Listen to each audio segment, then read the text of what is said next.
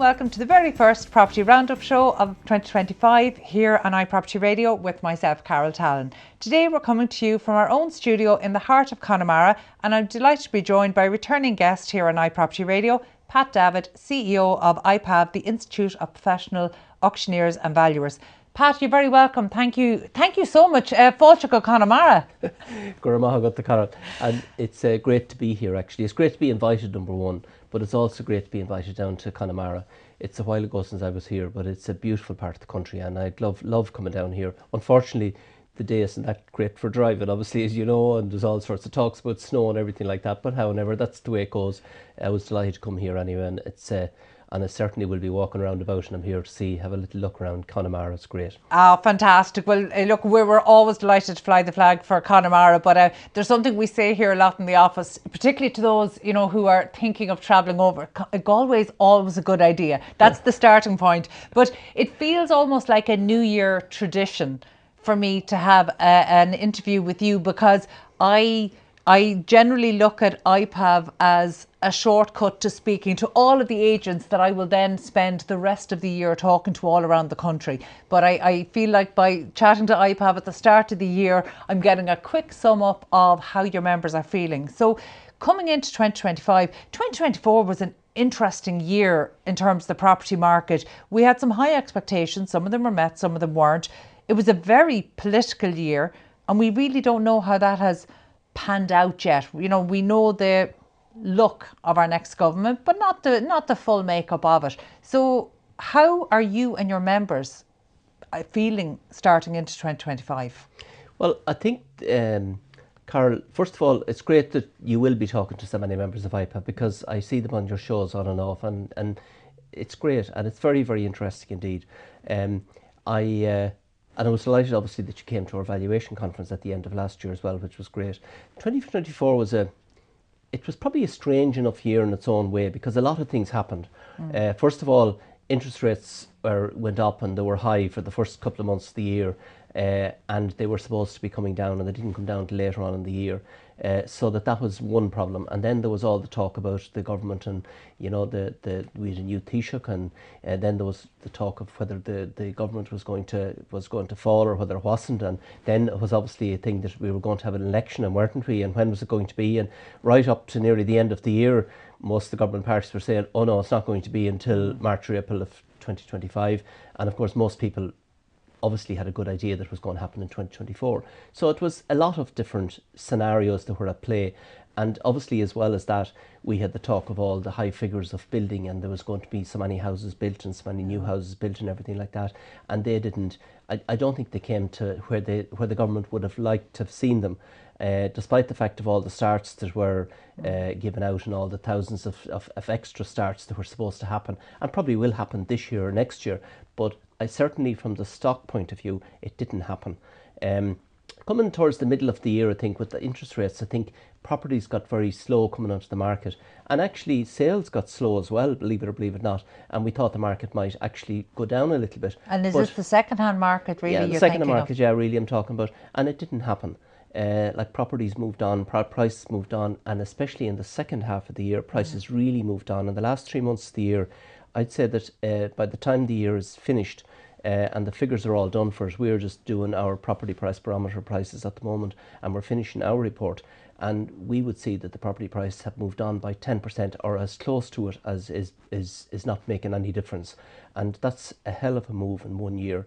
And furthermore, I think it's important to say that if nothing happens at the moment with stock, etc., that it looks like the very same is going to happen in 2025, this particular year. Now, we don't want to see that. Obviously, agents don't want to see that. And especially IPAV don't want to see it either. Like, if the market moves on by 1% or 1 or 2%, it's something that's really unnoticeable, but it means the market is moving.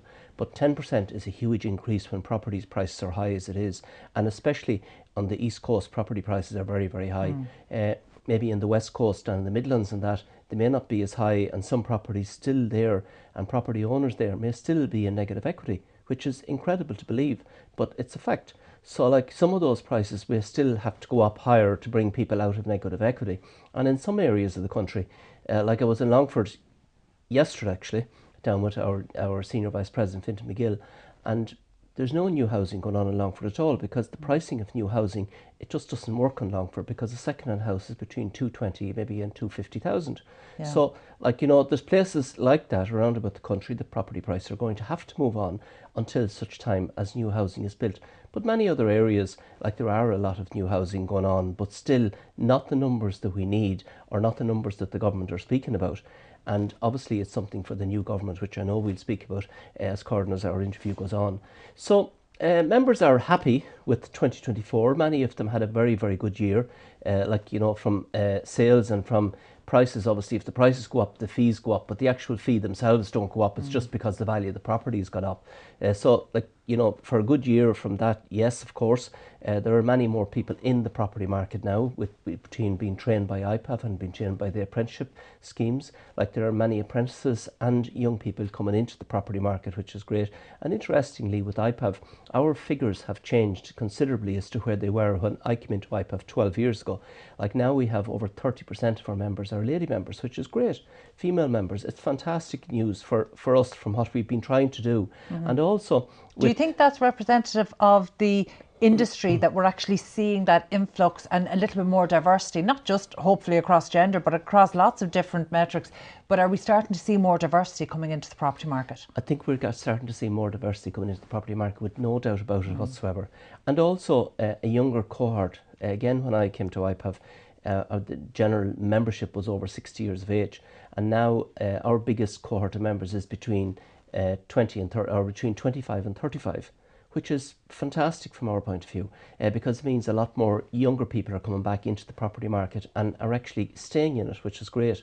I heard yesterday the leader of Connemara talking about, you know, farmers and the average age for farming, which is 59. Yeah. And, like, you know, it's still a young enough age. Like, people at 59, we still count them very young, because, like, a lot of people, like, years ago, obviously, I suppose, were dying a lot earlier than they are today. So, like, we're looking at people living now to 80 and 85 and everything. But at the same time, we're delighted that our figure has come back down, and that figure of membership. And that is because a lot of the young, like, we have 100 students every year in our courses to get licenses, which is a large amount of students. And there's probably 150 or something like that of apprentices, which is a big number coming into the property market of young people, of dedicated young people. And, you know, it's very good for the future. I'm really excited to see that influx of talent, and we had the opportunity over the last 12 months to interview a number of apprentices who had come through different routes. So I'm really excited about the potential of property as a career.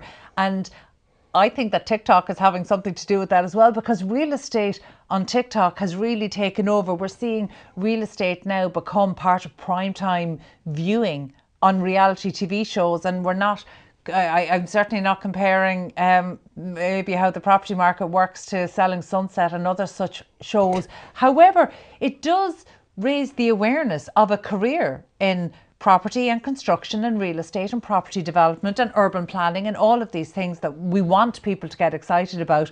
So I do think that social media is having an impact there.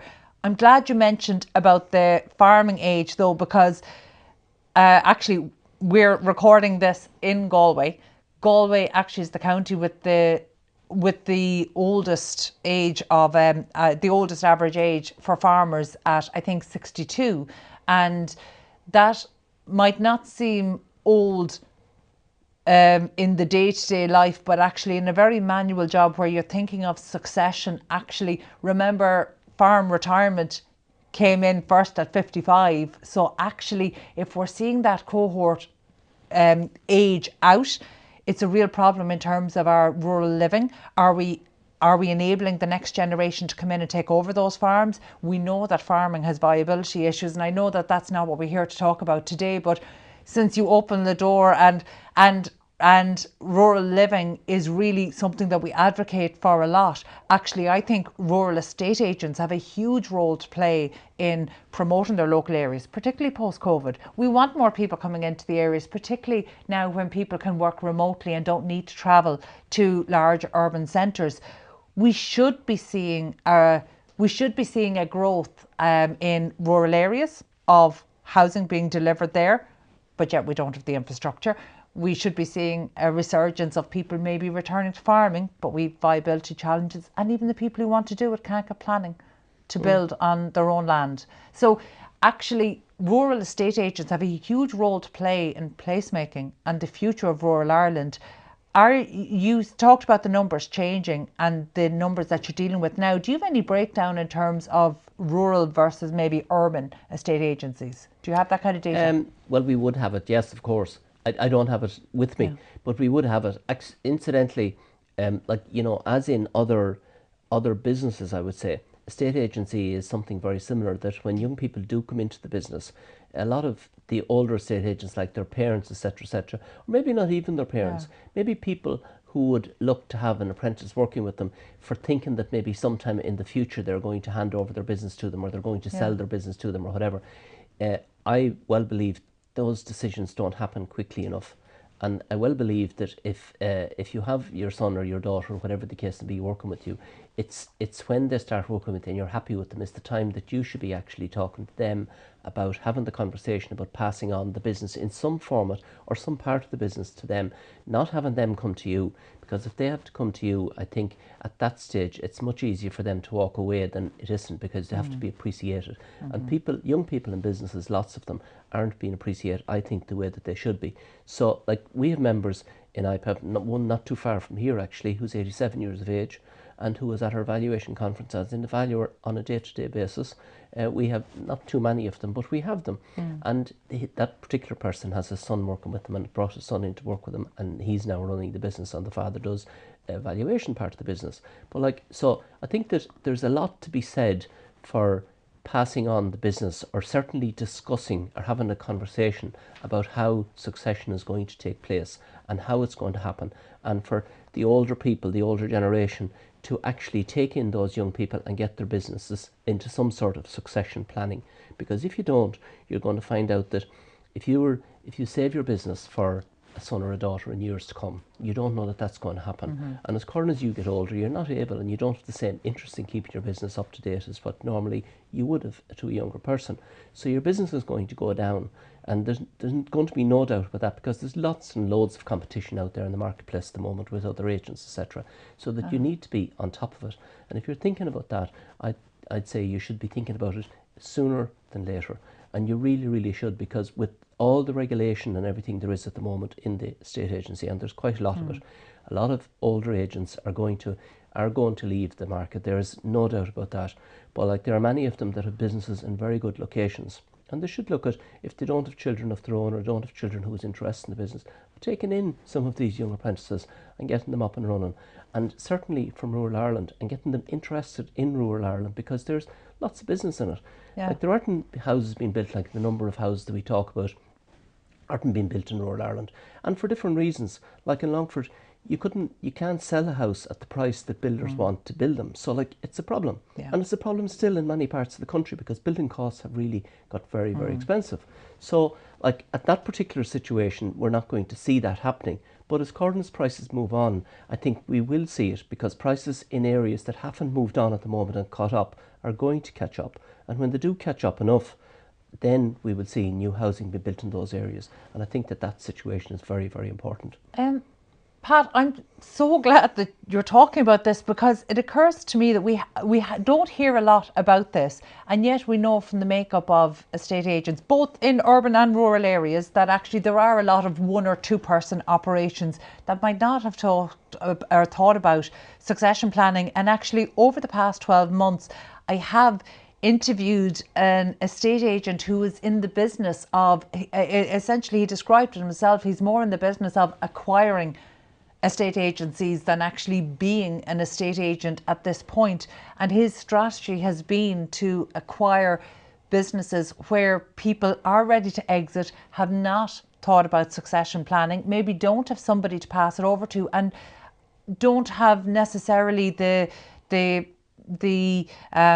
everything they need in place to be able to bring the property or to bring the business to the market. So actually, this might be a conversation for another day, but it's definitely something that I'd like to touch on again, because I actually think there is a problem there that hasn't been addressed, that could be addressed, and by addressing it, straight away I'm thinking, you know, even where there aren't family members or junior staff ready to come in, bringing in apprentices, there could be that cross exchange of knowledge, almost like a cross mentoring, because we don't want to lose. It's not even about people feeling ready to retire or sell their agencies, or worse, just close down their agencies so there's nothing taking its place. We don't want to lose that knowledge. We don't want to lose that decades of experience and knowledge and local knowledge and relationships and contacts.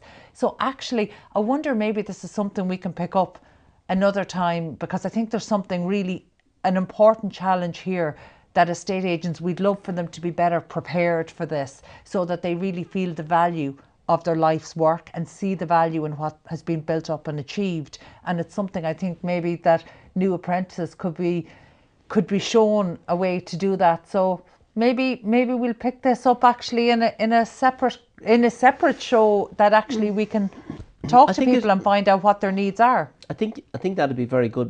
But one thing that IPAV have done is our membership has increased considerably. Like we now have over 1,700 members, and it's increasing like every couple of months of the year when we have meetings. Our membership is increasing, and like that increasing means that we now have more members in more towns throughout the country, and a lot of those members with CPDs and different things that we are having, like even our valuation conference and everything like that, people in the same towns that never spoke to each other are actually now coming to different conferences, and they're meeting. We're encouraging all of this so as to make sure that those people, even if they feel like maybe joining up with somebody else in their own town, but don't let your business go down the Swanee, because that's what will happen. So like, it's better if you can pass it on to somebody, obviously some of your own family, well then that's great. If you can take somebody young in that will run the business, that's great. If you can join it up with somebody, that's even better again, because it keeps the person and the knowledge there, and that is so important. So like, IPAV have been able to do a lot of this because of the fact that we have got a lot of members throughout the country, in every small town in the country. And I actually even help many members at the moment with thinking about retiring, and where they go and how they sell their business and the value of their business and different things like this, which is a big thing to a lot of those people. And we've had very good success with different people that have sold part of their business, maybe sold one section of their business, or maybe joined up their business, etc. A lot of success with that, and I think it's something definitely of the future, and people should be considering. Thinking of that, so we're definitely going to pick this up again, and it's something that we will talk about again. But just in terms of the business of a state agency, you know, if we're talking about trying to get the next generation excited, and to be fair, they do appear to be, and like I said, I think media and social media is absolutely helping in this case. I wish it would do more on the construction side of things, to be perfectly honest. But actually, the business of a state agency, how much has that changed? So say for example, somebody who's been running their firm for 30 years or 40 years and maybe hasn't introduced much change, like kept compliant obviously, but maybe hasn't introduced a huge amount of technology. The business of a state agency, how much has that changed over the past 2 or 3 decades? Well, I'd say it has changed considerably. Like when I took out an auctioneer's license in 1980, like for instance, you didn't need education to go to do this. Well, you need a certain amount of education, I suppose, from the point of view of maths and different things you need. But at the same time, you didn't need a lot of actually formal education that to say, I have this and I have this and I have this, like you do today. You need level 6 and you need different things to go with it. So like now, when young people, first of all, they need a level of education to get into business. But apart from that, they still need now more than ever like computers, because like for people, for clients, keep a track of clients and keep a track of viewings and all that sort of thing, even to keep them regulated, you need all of this, because every property you have to record all bids, and you have to for your accounts, you know, for your clients' accounts and everything like that, they all have to be computerized and everything. So like really now it has never been more important than computers and everything are. But like the estate agency as we know it, I used to have an agent at that time, had a black book, and it might be red or black, whatever the case to be. Mine was black. So you had the buyers and the sellers, the buyers in the front and the sellers in the rear, and you wrote down the buyers and you wrote down the sellers, and you know, you tried to connect them up together. So that bit part of the business is still always going to be the same, however you do it.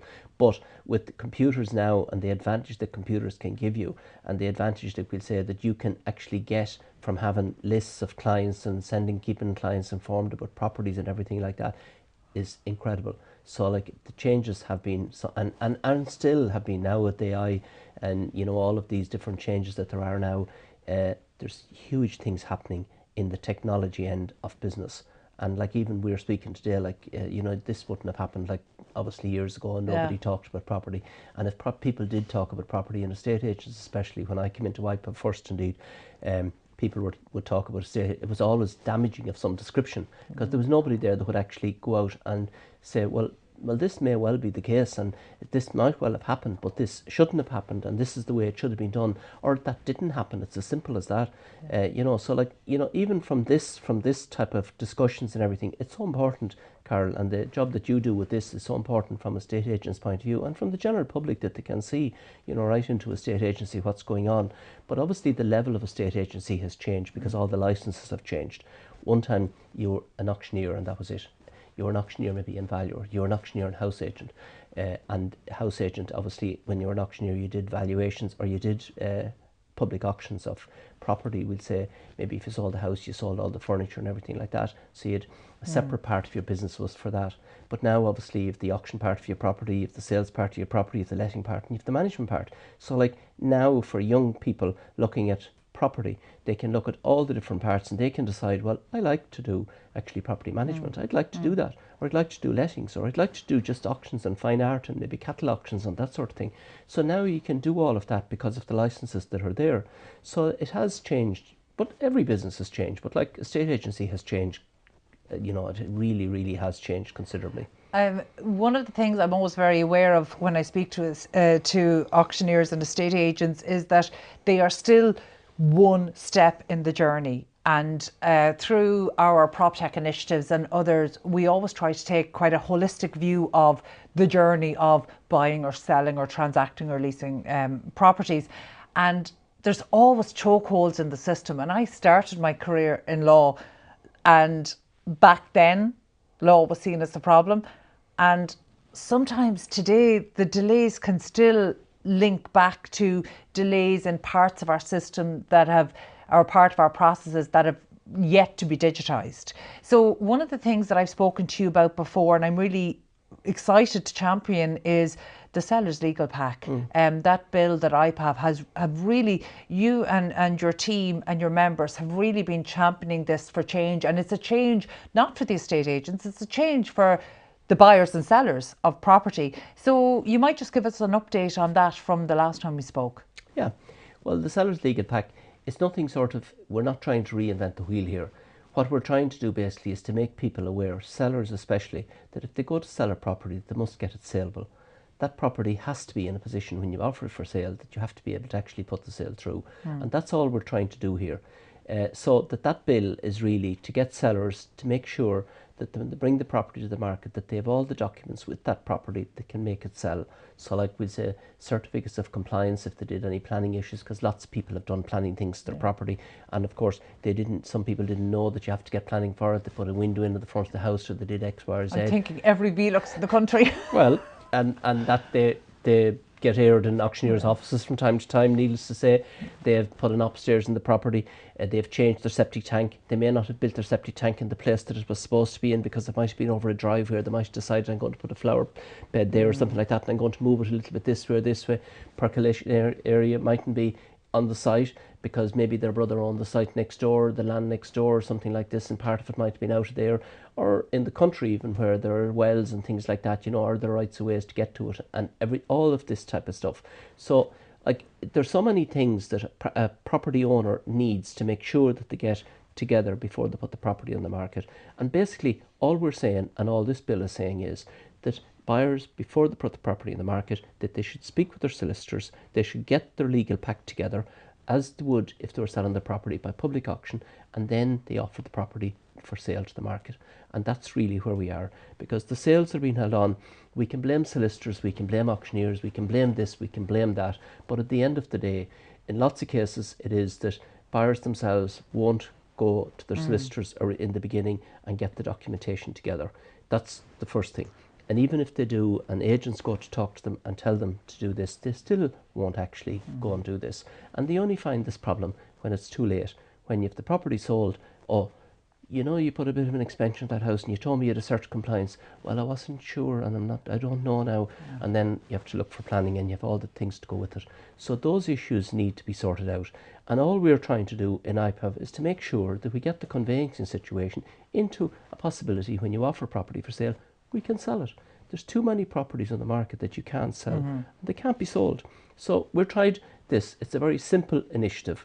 We're quite happy. The Taoiseach at the time set up this conveyancing committee to try and change the time spans of the conveyancing, etc., etc. But they spend too much time on the basis of the sellers, and really the sellers are important. But if the buyer doesn't have the product correct in the first place, you can't actually, a buyer can't buy the property. So the seller needs to be, and it needs to be prioritised that the buyer actually puts his property or her property together in a position that they can sell it. And that's what public auctions do. And that's where we want to get to. So at the moment, it's sort of, because obviously the Dáil fell and different things happened with it. It was to go to the, at that particular stage, it was to go to the Justice Committee. We know that we now can reenact the bill again. Obviously, the host of the bill at the time was Mark McSharry, TD. He's not TD any longer. So we have to see now if we can get a new independent person for this. More than likely, that's what it's going to have to be. So we have to see how that's going to roll out, I suppose, over the course of the Dáil. Now, when the Dáil gets down to business again, and when it starts getting back into the Dáil again, and we start getting going again, will be hopefully soon. Pat, you described this as a simple. It's a simple thing that you're trying to do. So why does it need to be done? Well, it needs to be done because this hasn't been the situation. This hasn't been what's happening. Like we in IPAV, we have been doing this for 10 years. We have put documentation together that we give to every seller, and we ask them to contact their solicitor to get their deeds and to get the property sellable, and in a situation where the property can be sold. And some people will, some people won't. Some people go to solicitors, and solicitors sometimes don't want to do something until such time as the property is sale agreed, because they know a sale is going to happen, and obviously they're afraid in the beginning because if they do a lot of work maybe they won't get paid, etc., etc. But what we are trying to work out is, and what we're trying to say is, if the property isn't going to be sold today, it's going to be sold someday. So this information and documents that we need are important to have, and when they're digitised and when they're put together like that, the documentation can be put up into the data room of the solicitor, and anybody that wants to look at it, solicitors for the purchasers, any of the purchasers themselves can look at this information, and you've got everything there, and you can see that the property, when you bid on the property, that you can actually buy it. So I suppose there are different reasons for it not to happen, but mostly I think we need to be able to make sure that sellers are aware that your property needs to be saleable. Yeah. And that's the big thing. Has there been any resistance to this? Well, I think there's been resistance, possibly from the Law Society have had a bit of resistance to it. I'm not exactly sure why, because I think it's a great thing for solicitors, and we've had many solicitors who support this and have talked to us about it. I can't understand why that they wouldn't think that this is the way to go. Yeah. Like we can wonder about it any way we like, but at the end of the day, this has to happen in every sale. This isn't something that's, you know, it doesn't have to happen eventually. Anyway, this has to happen. You have to get your deeds and you have to get everything in order. So I don't know why there would be opposition to it. Have IPAV members actually started instituting this? So have your own members actually said, right, well, we'll say to our seller or our sellers when they come to us, we need all of this done? Well, we've been doing that for years, but now we're trying to do it a little bit stronger, because see, the problem is, Carl, when it's not in law, if you're too difficult about this and if you're too hard about this, well, then the person would say, well, look, go to another estate agent down the road. Agent, you know, and I'm not going to be going to you. Like, if you don't want to put my property in the market as it is, well, then I'll go to somebody else. Yeah. So, like, agents and IPAV members don't want to be losing business about it. But if it's there for everybody to do and it has to be done, well, then everybody has to do it. And like, that's really that's why we wanted to get into this situation. But IPAV members have been doing this and have been doing it for years.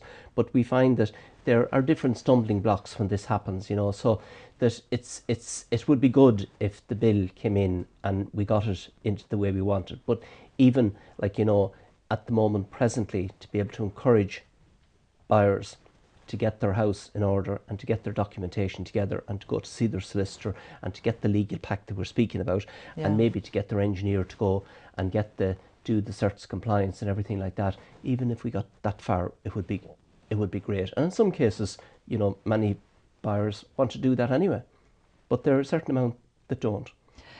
How are your members feeling about, you know, coming into 2025? You referred to it there. We've an incoming government that we don't exactly know the makeup, although we have a fair idea.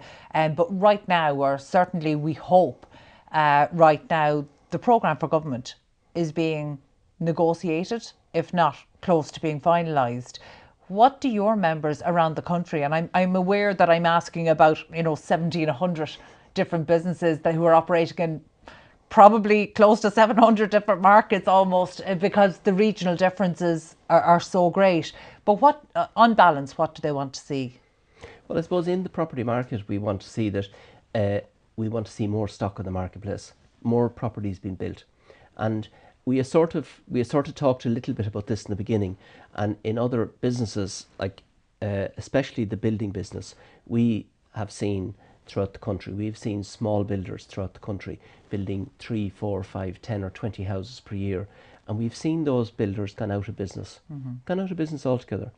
The Housing Finance Agency was set up, and really it was set up on the basis of giving those people money so as they could continue to work and continue to build. And when it was set up, the one thing that IPAV asked for was that the interest rates would be made accessible, the money would be made accessible with small interest rates to these people to keep them in business. And that has not happened, and it was an awful mistake. It's a terrible, terrible mistake, because those people that were building those small number of houses each, like you can talk about one builder building 1,000 houses, but obviously if you had 50 builders, it's only 20 houses each. You know, if you had 100 builders, it's only 10 houses each. And there were hundreds of these builders throughout the country. And they were there to build those houses, and they were there to build them in small, apart from big towns that these big builders will go to, in small towns, and they were building them all over the country. And the housing agency should relook and reconsider this and give this money to these builders and try and encourage them back into the marketplace, because they're very, very badly needed. But IPAV members generally would like to see, obviously, no more than probably different, obviously, all sorts of people in the country, more stock in the marketplace. Like we need more houses being built to get into a situation where we have enough houses for people, or at least on the road of having enough houses for people. Because even the 32,000 houses that are built in 2024, there's only probably 7,000 or 8,000 of them that's going into the private market that's going to be actually sold, between social and affordable and people who build in their own house, you know, one-off housing, etc., etc. By the time you strip out all of these, that's all of the houses that are for sale. So like really we need a year that there's going to be 30 or 40,000 houses coming into the private market that will be sold to private people. And if we had 1 year like that, it would be fantastic. Never mind, you know, Tom, but you know, years in the future that there's going to be, we need arguing over whether we need 350,000 houses, we need 250,000 houses. Who cares at the end of the day? We need a lot of housing, and we need them to be built, and we need more than 33 or 32,000 houses a year. And I know the government are putting up their figures to 40,000, but putting up the figure is one thing, but making sure that behind the scenes that this happens is the next thing. And that's what I'm speaking about with small builders, keeping them in the marketplace is one very, very important part of that. I would say it's actually probably the most important part of rebuilding Ireland, the towns in Ireland, and rebuilding new housing in those towns. That is one of the most important things. And the government have the money, you know, at the moment. So why don't they give it to these small builders? Bigger builders, they don't need to give them the money because they can get the finance, maybe from the banks, the pillar banks, etc., etc. And it's quite possible that can happen. I'm not saying they don't need support, of course they do, but the other smaller builders need support in a much more, I think, a much more important manner, and a much quicker manner as well, if we're going to continue with building. I don't believe we're going to build the houses we want unless something like this happens. Pat, you and I first started talking like this on iPropertyRadio more than 6 years ago. We called it a housing crisis. We still have a housing crisis. What does the word crisis mean? Are we as an industry, is the government treating this like a housing crisis. What is being done that reflects the actual state of the marketplace, particularly outside of Dublin? Because you're talking about enabling local home builders, which we would love to see more of. But actually, we know that part of the challenges there is around the infrastructure that's needed to enable these works. That's not happening still. So you live in the middle of the country. You're operating from the middle of the country. I know you're operating nationwide essentially, but you're in the centre of the country, so you get to see where infrastructure comes as far as and then stops. So actually, what do we really need to happen? Because there was an interesting piece just in the Irish Times, and I don't know if I subscribe to all of this, but just in the last 2 days, possibly it was positing the question, might social housing be the next housing bubble? As in, have we overcorrected in terms of not getting the balance right where we were actually starting to provide housing and supply housing, that we weren't across all the types and tenures that we needed to be. We only seem to be able to focus on one thing at a time. So whether that's new housing to the absolute detriment of the second-hand market, and where it's new housing, social housing with very little affordable and almost no private housing. So actually, for the incoming government, what does the incoming government need to hear from estate agents and auctioneers and home builders right across the country that could actually make a difference? Well, there has to be a mix between social and affordable, and there has to be a mix between the private market. And that private market is being starved of housing at the moment. And even if those figures are get to a level of where we're talking about, like, there's still only, at the best, there's 25 to 30% of those figures actually going to private housing. And we really need, like, the people that want to get mortgages and want to buy housing is private housing, and they need housing to buy, and we need new housing for them to buy, because if we don't have new housing, we're not going to have second-hand housing. It's as simple as that. So that we need to get that right. But obviously we need a mix right across the board of social, affordable, and we need a mix of obviously private and people that want to build their own house, etc., one-off housing and that type of thing. So that, yes, I think it's important for the government to look at this and to see where we do and where we need this, and as I say, but certainly this has to happen. The big builders that we have in the country at the moment are not going to be able to build in the locations that people want.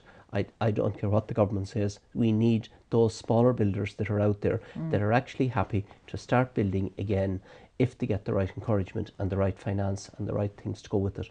But like, yes, housing is one thing, but like then to be able to build the housing and to be able to supply electricity and to be able to supply water and to be able to supply storage and all of these things with it. Like where I live in the centre of the country, yes, in Mullingar, there's lots of housing going on at the moment. There's hundreds of houses being built in Mullingar. I would say now at the moment, probably somewhere in the region of 1,000 housing. Like, you know, for a small town like Mullingar, like it's only about 25,000 people in population. So, and luckily enough, the sewage system and everything that's there can take it. I'm not sure about the water, what it is, but I've heard members talking about, one particular member talking in Dundalk recently, where they had a housing estate and they had the housing sold and they couldn't get a connection for water. And this was aired on RTE, I think, at some stage before Christmas. But like, so that there are a lot of things, and you hear the people from Irish Water or Ishcare coming and talking on television and on the radio talking about, we don't have enough water and we don't have this and we don't, like, all of these people need to be working together. You know, we need to know that the water guys are working, that the electricity guys are working, the builders are working, that all of these things, the sewerage and all of these things are happening together. We can't have housing any other way, and we're going to have to get into that situation. So if it's going to be one department of infrastructure or whatever it's going to be, like at the moment we have all the different things with the housing and we have justice and we have all different things, you know, social welfare, and all these three departments all need to work together to get the housing and to get the right type of housing for the right type of people. So like, we do need something here that's going to be of one, that you can go to one department and you can get X, Y or Z done, or you can get information on it. And I think that's one thing. But certainly members in the building business and the building industry, we need to see more housing, and every member throughout the country would tell you that. So certainly from that point of view, the government needs to look at it. And obviously in the rental market is another scenario, because we have all of the rent pressure zones and everything like this, yes. And we know what the situation is in there. On new housing, we'd see young people, they're getting a grant. or it's not really a grant, it's tax that they have paid themselves over the past 4 years. They can get up to €30,000 and they can put it to a new house. And Pat, will you go back a step there and explain that to people? Because I'm in this industry nearly a quarter of a century, and I read a piece that you had done, an excellent piece in the Business Post just before Christmas, and seeing it in black and white, it really brought it home to me how foolish that whole situation is. So will you break it down for people maybe who don't understand how it works, what you're referring to there, and how you land on those figures? Well, a young person that wants to buy a house, if they're buying a new house and they're the first time buyer of a new house, they can, if they've paid tax over the past 4 years, they can claim that tax back up to €30,000, so they can get a grant or a help or whatever you want to call it to build that new house. Now, in lots of cases, what happens is that particular grant that they get, or that money that they get, that tax money that they can get, it goes to the builder for the 10% deposit that they pay on a property. So in lots of cases that happens. If everybody needs it, even if they don't need it, like, you know, they'll need it somewhere down along the line to complete the house, etc., etc. So, like, the first thing is that you can get €30,000 of tax that you've paid, providing you've paid the tax over the previous 4 years. You can get that now from the government, or have been able to get that, and the government have extended it again, which is one very good thing that they've done. You can get that for your new house. But on the other end of your new house, when you're signing off on your new house and the new house is finished, the tax on the house, the VAT, etc., etc., on a typical house of 350,000 is somewhere in the region of €46,000 is paid in VAT to the government on that house for the property when it's finished. So what we're saying is that that person that gets the 30,000 on this hand can put it into their new house. But the tax on the other hand, they pay out 47. They pay out 46,000 in VAT. Yeah. Now, I know people would say, well, you have to pay the VAT anyhow. But with young people trying to buy housing, you have to borrow the 46,000 to pay the VAT to the government, and then you have to pay that money back over 20 years. So, like, we're saying, it doesn't really make any sense to get 30,000 from the government in taxes that you've paid. Then you're paying the VAT back to the government on the house, and you have to pay it. You have to borrow that money, and you have to pay it back over 20 years. So we're saying to the government that you should take the tax off new housing for first-time buyers. And of course, the question is, and people all say, well, won't that mean that the price of housing will go up, that the builders will put up the price of housing? Now, the finance department that we have, Department of Finance, can't be sort of that far back that they can't come up with a scheme that they can actually give this money to these people without that happening. We have said, and we're only one organisation, we have said that it can be given back to people, that first-time buyers can continue purchasing the house exactly what they've done. They can pay for the house, but over the next 3 or 4 years, that they can get back their VAT, and it can be given back to them so much per year. So then the house is going to happen the very same way, but the people are going to get the VAT back on the new house over a 3 or 4 year period. And that's not going to affect the price of the house, because the builders, while they have to get the money to complete the sale, but at the same time, they're not going to have the money getting it back immediately that they can push up the price, because people still have to actually complete the sale. Well, not on that, but actually I think that we probably are at the stage where we should be thinking not just of measures over the long term, even though we know there's long-term initiatives needed, but actually if we truly believe we're in a housing crisis, then actually I think we need some bold emergency response, crisis response actions, and that might be that we try some things, see if it works on a temporary basis. But I think we've had a fear within government that if we try something, it's hard to roll back on it. But actually that doesn't necessarily need to be the case. I do think that actually we can't have business as usual. I'm really optimistic about the new EU initiative that is going to focus on housing across EU member states. And I think that actually 2025 is a really interesting year for all EU member states. But I think in Ireland what we might see is that suddenly our MEPs become very important to the housing conversation in a way that they haven't done before, and they might actually carry even more weight than our housing department actually. So this might be the year where actually we see some crisis response happening, so something that can actually have an impact. And part of trying new things to see what have an impact is that you have to build in a tolerance that some initiatives will work, some initiatives won't work, and that you have to take remedial action, or you have to be able to respond quite quickly. But I think that the housing crisis is so much larger than Ireland. So I genuinely am optimistic to see what the EU can do, and when there's an appetite there to do it and the support to do it, and maybe a little bit of member peer pressure to see what can be achieved. I know you work internationally a lot, particularly through the Tagova network. Can you look at any examples internationally? Are you seeing from your international network of initiatives that have worked that could be tried in Ireland? Well, to talk about, like, first of all, I suppose the Minister for Housing, the European Minister for Housing is going to be I think it's a very clever initiative. I think it's a very much needed initiative. And I think if they get teeth, I think it's even going to be a much, much better initiative, because they can look at something from the outside. Teeth and a budget. They can look at it from the outside and they can see who's promising what, and is it going to happen or isn't it going to happen? Because the EU, there's one thing great about the EU, they put targets on, and targets are limits in lots of cases, and we need to get there to the target or close enough. At least it's something for people to be looking at. We seem to put targets on here, we're going to build this amount of housing, that amount of housing, but I don't know, we can only do our best to try and get there, but we don't seem to be able to get there. So, like, with looking at it from Europe now, I think yes, that's going to be the case. I don't know if there are in other countries, because I meet with the people all of the time, even through NAR, National Association of Realtors in America, and we meet them all of the time, and all of these countries all seem to have a deficit in housing.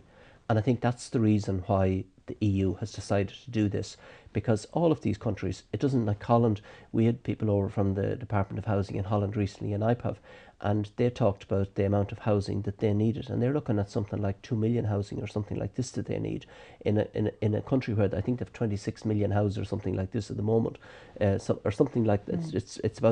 It's about 10 times bigger than Ireland, the amount of housing that they have. And like America, they build 1 million houses a year, but they still have 3 or 4 or 5 million shortage of housing. So, like, you know, all of these countries are in the same situation as we are.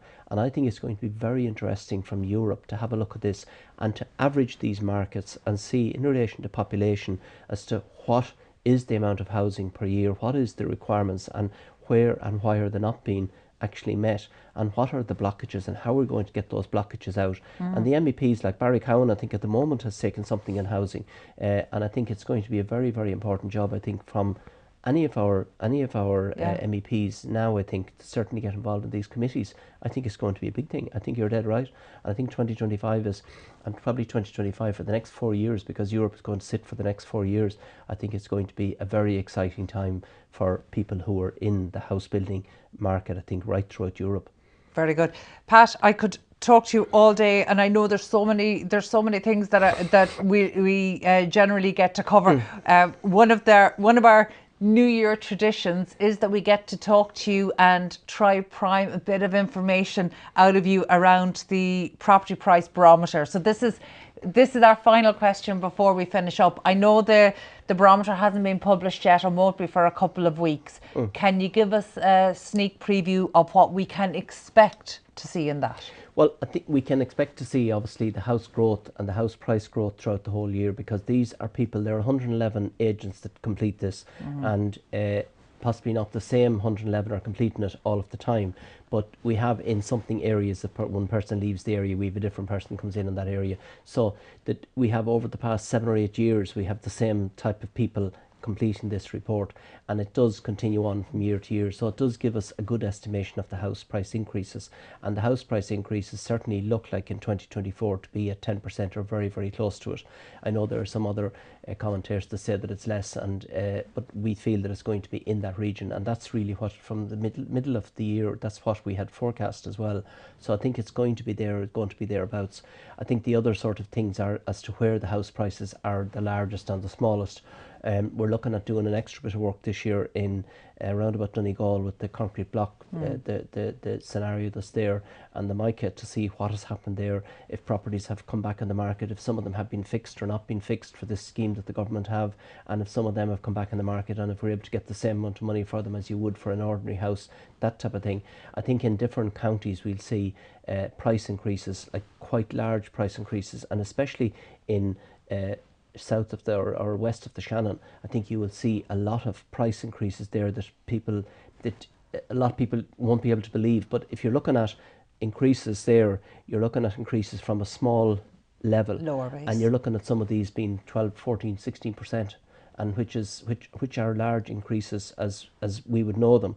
But at the same time, they're still not even in a situation, as I said in the beginning, that people are out of negative equity. So, like overall, I think that the property barometer is going to bring some new light to different areas to see what is going on in particular areas.